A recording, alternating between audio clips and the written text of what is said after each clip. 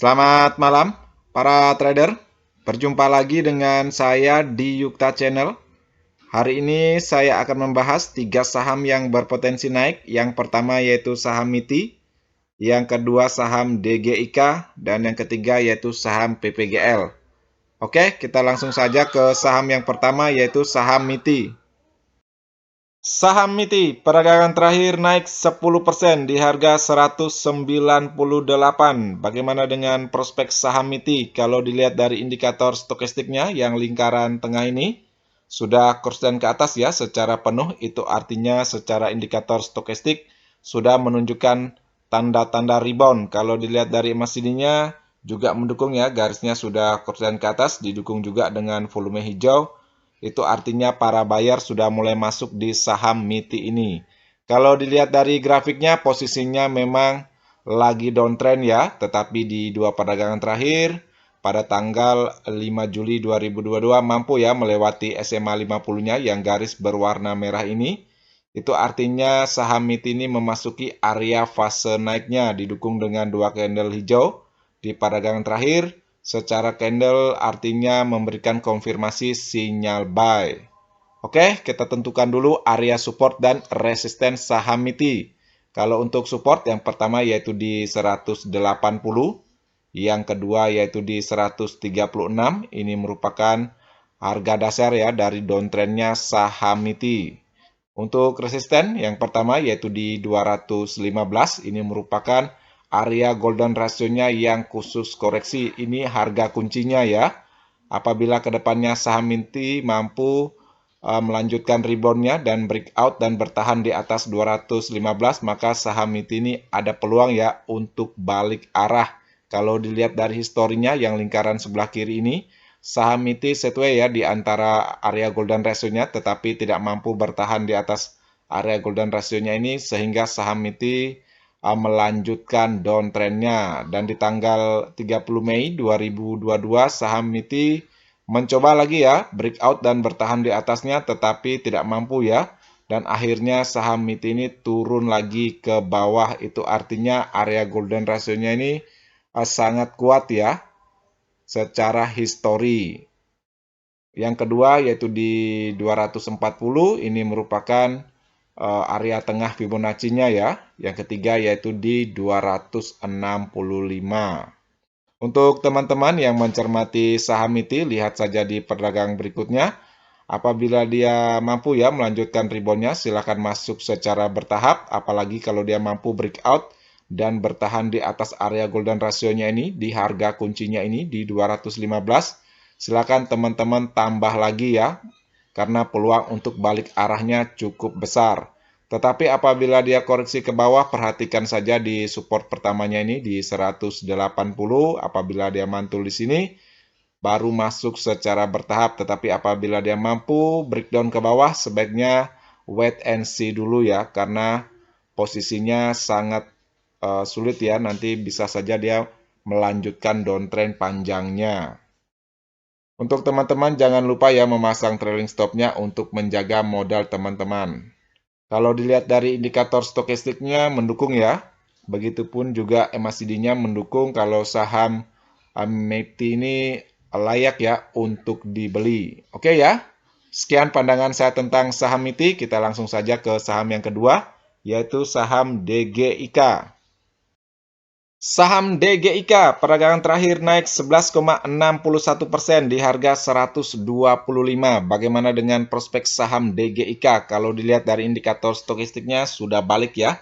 Korslen ke atas, itu artinya secara indikator stokastik sudah menunjukkan tanda-tanda rebound. Kalau dilihat dari MACD-nya masih mendukung ya, garisnya mengarah ke atas, didukung dengan dua volume hijau ya di dua perdagangan terakhir. Itu artinya para buyer sudah mulai masuk di saham DGIK ini. Kalau dilihat dari grafiknya memang posisinya lagi downtrend dalam ya. Masih berada di bawah SMA 50-nya juga. Itu artinya saham DGIK ini masih dalam posisi fase turunnya. Tetapi di dua perdagangan terakhir menunjukkan dua candle hijau. Itu artinya secara candle sudah memberikan konfirmasi sinyal buy. Oke, kita tentukan dulu area support dan resisten saham DGIK. Kalau untuk support, yang pertama yaitu di 99, ini merupakan harga dasar ya dari downtrendnya saham DGIK. Kalau kedepannya saham DGIK ini koreksi ya ke bawah dan mampu breakdown di 99, sebaiknya teman-teman cabut ya dari saham DGIK karena potensi untuk melanjutkan downtrend panjangnya cukup tinggi ya. Untuk resisten yang pertama yaitu di 125 yang tidak mampu dilewati hari ini ya. Yang kedua yaitu di 144, ini merupakan area golden rasionya yang khusus koreksi apabila suatu saham mampu breakout dan bertahan di atas area golden rasionya, maka saham tersebut berpeluang ya atau berpotensi untuk balik arah. Ini merupakan harga kunci ya untuk saham DGIK di 144. Yang ketiga yaitu di 158. Untuk teman-teman yang mencermati saham DGIK ini, apabila kedepannya dia mampu melanjutkan reboundnya, silakan masuk ya secara bertahap, apalagi mampu melewati SMA 50-nya, itu sangat bagus di sekitaran harga 132. Apalagi dia mampu ya breakout di area golden ratio-nya, itu lebih bagus lagi karena peluang untuk balik arahnya sangat tinggi. Tetapi apabila dia koreksi ke bawah, sebaiknya teman-teman wait and see dulu ya, seperti saya jelaskan tadi. Untuk teman-teman jangan lupa memasang trailing stop-nya karena memang posisinya saham ini masih dalam posisi fase turunnya untuk menjaga modal teman-teman. Ingat saja ya posisi entry-nya, kalau dia naik lagi baru masuk, tetapi kalau dia koreksi sebaiknya wait and see dulu. Posisi pentingnya ingat saja juga di SMA 50-nya ini sekitaran 132 dan di harga kuncinya yaitu di 144. Kalau mampu melewati dua ini memang posisi saham ini bisa saja balik arah ya. Kalau dilihat dari stokastiknya maupun MACD-nya masih mendukung ya. Kalau saham DGIK ini ada peluang untuk melanjutkan rebound-nya. Oke ya, sekian pandangan saya tentang saham DGIK. Kita langsung saja ke saham yang terakhir, yaitu saham PPGL. Saham PPGL perdagangan terakhir naik 2,78% di harga 148. Bagaimana dengan prospek saham PPGL? Kalau dilihat dari indikator stokastiknya yang lingkaran tengah ini sudah balik ya, korslen ke atas. Itu artinya secara indikator stokastik sudah menunjukkan tanda-tanda rebound. Kalau dilihat dari MACD-nya memang belum menunjukkan tanda-tanda korslen ya, atau belum memberikan konfirmasi sinyal rebound. Tetapi volume merahnya sudah menunjukkan memudar, itu artinya para seller sudah mulai berkurang di saham PPGL ini. Kalau dilihat dari grafiknya, posisinya sempat uptrend ya dengan harga tertinggi yaitu di 199 pada tanggal 31 Mei 2022. Setelah itu saham PPGL koreksi tajam ke bawah dan mampu ditahan dengan supportnya yaitu di harga 144 yaitu pada tanggal 7 Juni 2022 sampai mampu ya ditahan sampai tanggal 1 Juli 2022. Tetapi di perdagangan berikutnya 4 Juli 2022 saham PPGL mampu ya menjebol, tetapi di dua perdagangan terakhir mampu kembali ya di atas harga 144.